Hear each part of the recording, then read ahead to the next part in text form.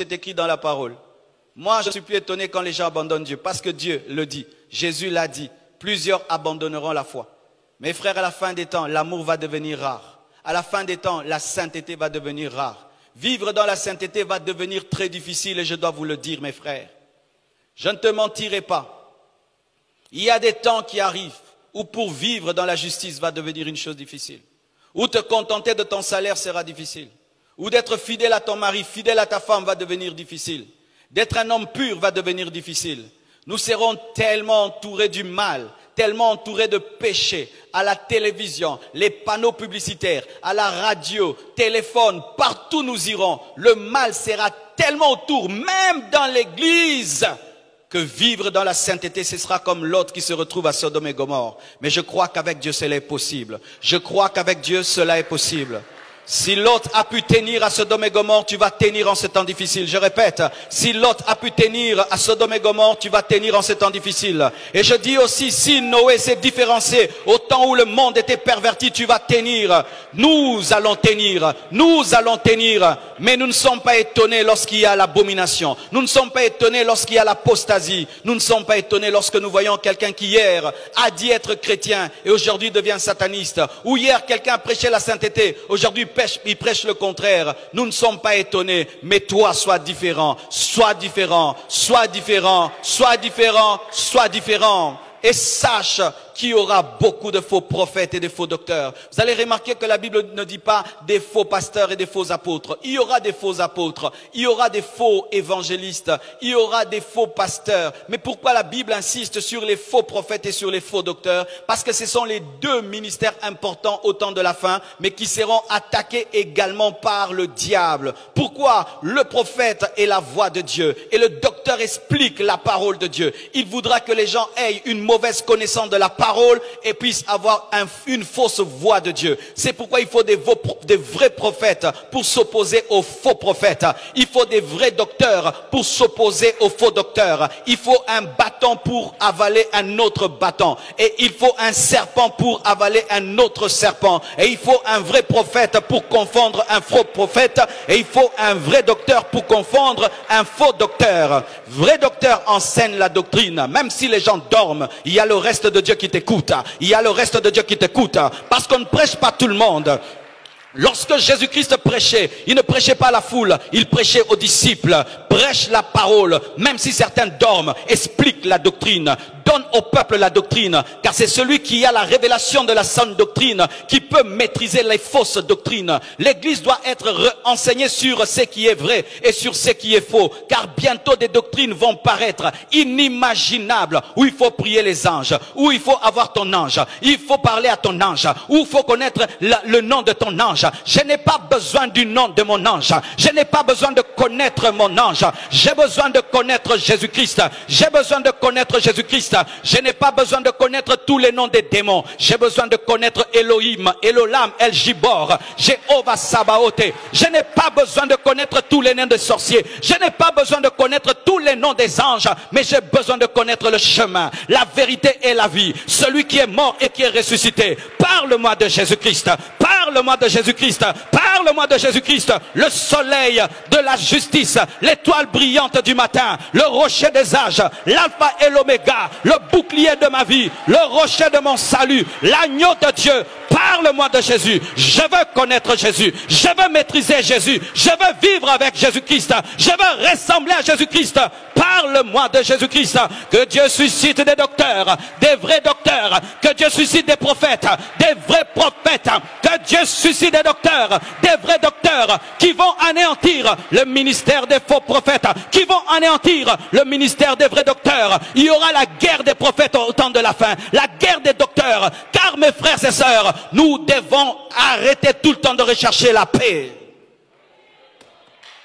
Tu sais qu'il y a un faux enseignement dans la ville. Tu n'en parles pas parce que tu cherches la paix. Faux serviteur de Dieu.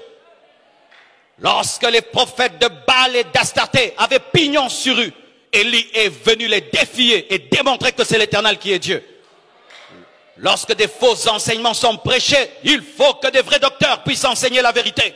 Lorsque des fausses pratiques sont faites, il faut que des vrais prophètes puissent dire, voici la manière de prophétiser. Je n'ai pas besoin de connaître le nom de ton père. Je n'ai pas besoin de connaître le nom de ta ville. Je n'ai pas besoin de connaître le numéro de ta chaussure. J'ai besoin de t'amener à la repentance, de t'amener dans ta destinée, de t'amener à la repentance, de t'amener à la destinée. Il faut des gens qui parlent et qui disent la vérité. Le Saint-Esprit n'est pas venu pour nous donner les numéros des chaussures et nous donner les noms de nos grands-pères qui sont morts. Non!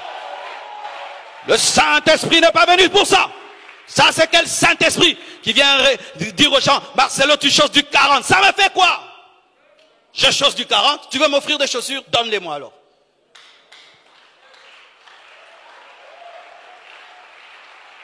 Tu choses du 40. Et puis, ton père est mort. Et puis, ta grand-mère s'appelait Kabongo. Et puis, si tu me donnes le numéro de ma chaussure, et tu me donnes le numéro de mon père, et mon numéro de téléphone, donc tu vas me donner une grande révélation. Mais si tu t'arrêtes là, tu as dribblé mais tu n'as pas marqué.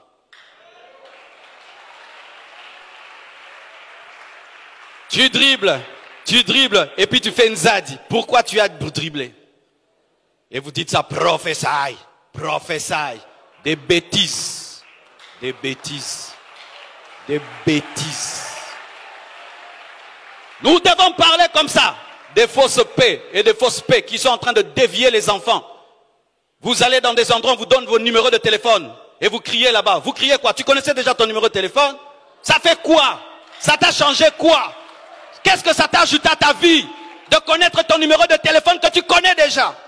Ça te fait quoi quand on te dise que la porte de ta maison est verte? Ça fait quoi? Mais révèle-moi ma destinée. Révèle-moi les choses secrètes de mon cœur. Réponds aux questions que je me pose dans mon cœur. Révèle-moi à quoi Dieu m'appelle et que ça arrive, et que ça arrive, hein, et que ça arrive, et que ça arrive. Parce qu'on reconnaîtra un prophète par l'accomplissement de ses prophéties. Nous devons revenir à la parole.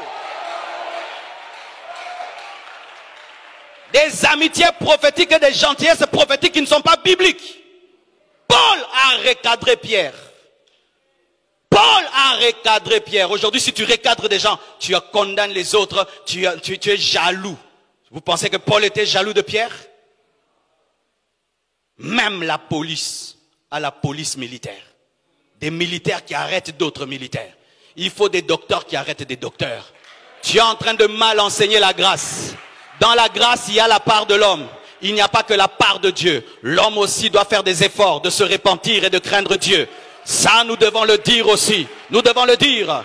Nous devons dire que l'enfer existe. Nous devons dire que l'enfer existe. Nous devons dire que l'enfer existe. Et nous devons dire qu'on n'achète pas la bénédiction à force d'argent, mais d'abord par l'obéissance.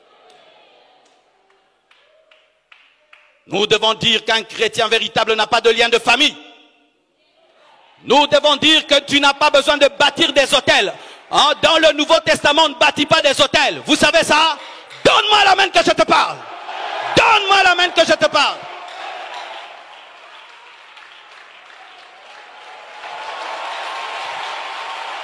Oui, donne-moi la main.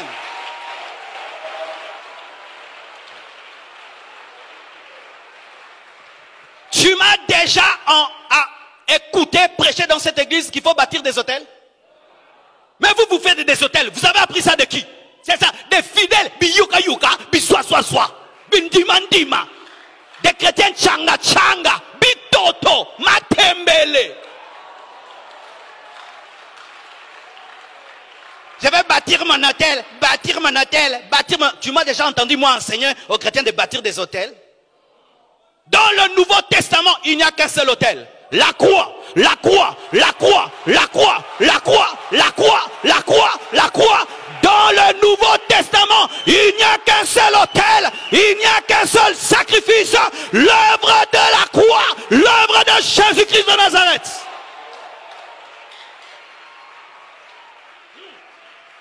Pour tes études, tu dois bâtir un hôtel de 10 $. 10 $.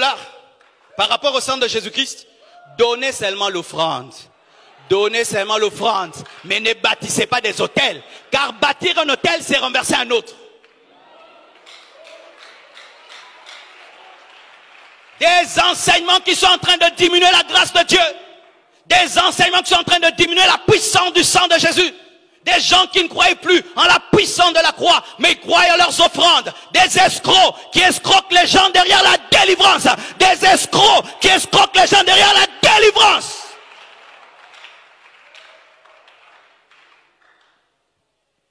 Pour tes études, tu dois bâtir un hôtel. Non, prie le Seigneur pour tes études. Mais donne à Dieu l'offrande d'amour. Dans le Nouveau Testament, où vous voyez ça dans le Nouveau Testament? Des faux docteurs, des manipulateurs qui escroquent les gens à coups des versets bibliques. Et votre problème, vous ne lisez pas la Bible. Et vous n'aimez pas les enseignements qu'on vous enseigne dans vos églises. Quand tu as choisi une église et que Dieu t'a envoyé là-bas, donc il sait qu'il a établi cet homme pour t'enseigner. Mais vous prenez une partie, vous prenez une autre, c'est pourquoi vous êtes sous l'emprise des esprits mauvais. Et que les gens sont en train de vous manipuler, et de vous manipuler, et de vous manipuler, et ayant construit 100 hôtels. Ta vie est où? Montre-moi Jésus. Montre-moi Jésus. Montre-moi Jésus. Révèle-moi l'œuvre de la croix. Révèle-moi la puissance du sang. Révèle-moi la puissance de la résurrection. Aide-moi à croire en ce que Jésus a fait pour moi. Des messages à la mode. Moi, je n'aime pas les messages à la mode. J'aime la vieille Bible. J'aime la vieille Bible. J'aime la vieille Bible. J'aime la vieille Bible. On ne parle pas aux anges. On ne prie pas les anges. On n'ordonne pas aux anges. Vous savez ça? Oh, nous allons envoyer Michael à gauche, à droite. Ce n'est pas la parole. On ne parle pas aux anges. On ne prie pas les anges. Tu peux parler s'il te parle, mais tu ne vas pas te mettre à prier un ange. On prie Jésus et c'est lui qui envoie les anges. On ne donne pas une offrande pour qu'un démon quitte un corps. On ne donne pas l'argent pour recevoir une prophétie. On ne donne pas l'argent pour recevoir une prophétie. La séduction, la séduction, la séduction, la séduction. On n'ordonne pas un prophète de parler de la part de Dieu. On n'ordonne pas un prophète de parler de la part de Dieu. On ne prémédite pas des prophéties. Aujourd'hui, je vais vous prophétiser. Toi, tu es devenu le maître de Dieu. Aujourd'hui, j'aurai 100 prophéties. Menteur que tu es. Menteur, escroc.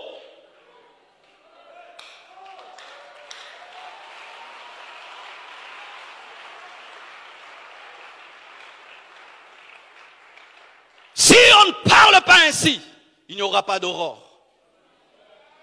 Nous avons besoin de vos prophètes qui disent aux autres la vérité. Nous avons besoin des docteurs qui ramènent la parole sur le chemin. On ne quitte pas son corps lorsqu'on est un chrétien. Par sa propre volonté, non.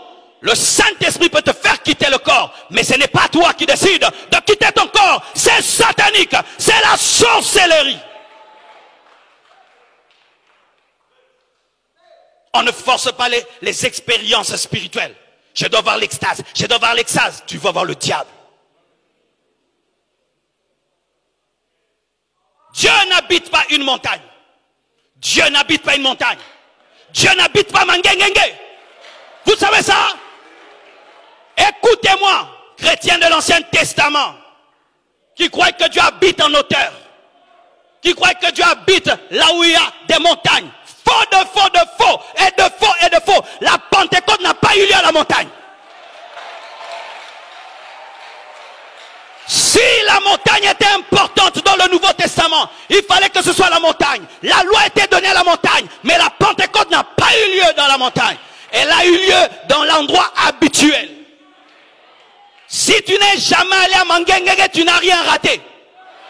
Si tu n'es jamais allé à Mangengenge, tu n'as rien raté. Rien raté. Des faussetés qu'on est en train de mettre dans vos têtes. Que si tu n'as pas prié sur une montagne, Jésus ne va pas t'exaucer. Où est la place du sang? Où est la place du Saint-Esprit? Où est la place de la croix? Une montagne qui remplace Jésus. Des bêtises. Je n'ai jamais prié à Mangengenge. Jamais. Cette église est grande. Mon ministère est en train de monter. Je n'ai jamais prié à Mangengenge. Même une seconde. Je ne sais même pas où c'est. Je n'ai même pas besoin de savoir. Est-ce que c'est Jésus Mangengenge? Et les Américains qui ne prient pas Mangengenge. Tu dis que je prie à Mangengenge. Bénin prie à Mangengenge.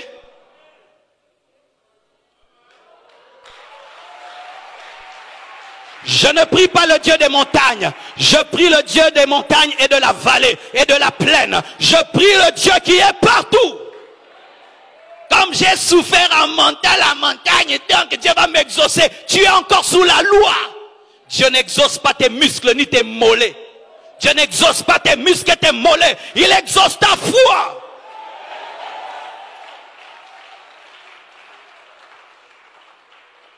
Il n'y a pas de pèlerinage dans le christianisme pour Jérusalem. Tu n'as pas besoin de voir le tombeau vide de Jésus. Tu n'as pas besoin d'aller à Israël pour voir le tombeau vide de Jésus. Vous savez ça? Des gens qui bouffent l'argent au nom d'Israël. Vous amenant voir même des cartes du Congo dessinées par terre. Escroquerie. Oh, c'est Dieu qui a dessiné ça. C'est les Juifs qui ont dessiné ça. Ce sont des grands commerçants, hein?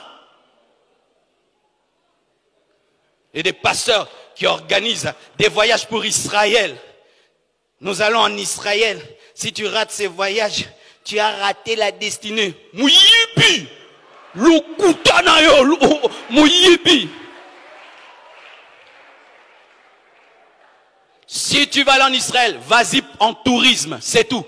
En tourisme, mais il n'est plus dans le tombeau. Ne va pas prier dans le tombeau de Jésus. Il n'est plus dans le tombeau. Il n'est plus dans le tombeau. Il n'est plus dans le tombeau. Il n'est plus dans le tombeau. Il n'est plus dans le tombeau. Il n'est plus dans le tombeau. Il n'est plus dans le tombeau.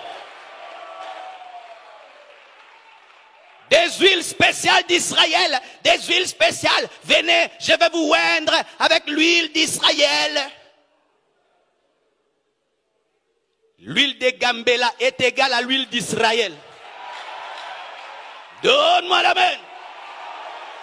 L'huile de Matadi Kibala est égale à l'huile d'Israël. Qu'on ne te trompe pas.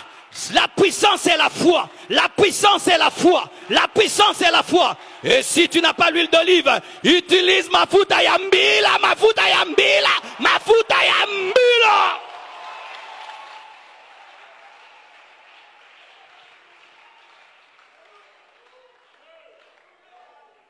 Je m'en fous de tout ce que vous allez dire après. Je m'en fous. Si vous allez prendre les vidéos, les montrer à tel. Allez, je veux qu'ils écoutent. Je veux qu'ils écoutent. Il est temps qu'ils écoutent et qu'ils arrêtent ces bêtises.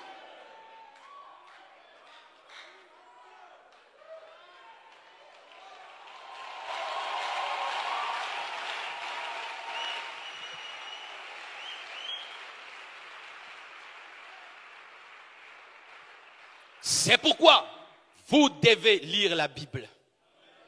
Quand tu prêches, donne le droit aux fidèles de vérifier la lumière de la Bible.